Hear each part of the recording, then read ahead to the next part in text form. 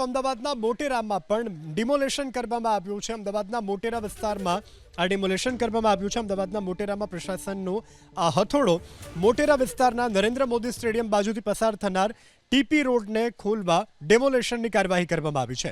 વહેલી સવારથી જ પોલીસના ચુસ્ત બંદોબસ્ત વચ્ચે બળદેવનગરમાં આવેલા મકાનોને તોડવાની કામગીરી કરવામાં આવી। પશ્ચિમ ઝોનના એસ્ટેટ વિભાગે ટીપી રોડમાં આવતા બળદેવનગરના 29 જેટલા મકાનોને ધ્વંસ કરી રસ્તો ખુલ્લો કર્યો છે। 6 મહિના અગાઉ જ મહાનગરપાલિકાએ તમામ દબાણકર્તાઓને નોટિસ આપી હતી। જો કે મનપાની નોટિસની સામે રહીશોએ હાઈકોર્ટમાં અરજી કરી હતી, જે અરજીને હાઈકોર્ટે નકારતા આજે પ્રશાસનની ટીમે ડિમોલેશનની કાર્યવાહી કરી છે। આ TP road Narendra Modi stadium પાસે કોમનવેલ્થ ગેમ્સ માટે બનાવનાર એક્વાટિક સ્ટેડિયમ નજીક ખુલશે।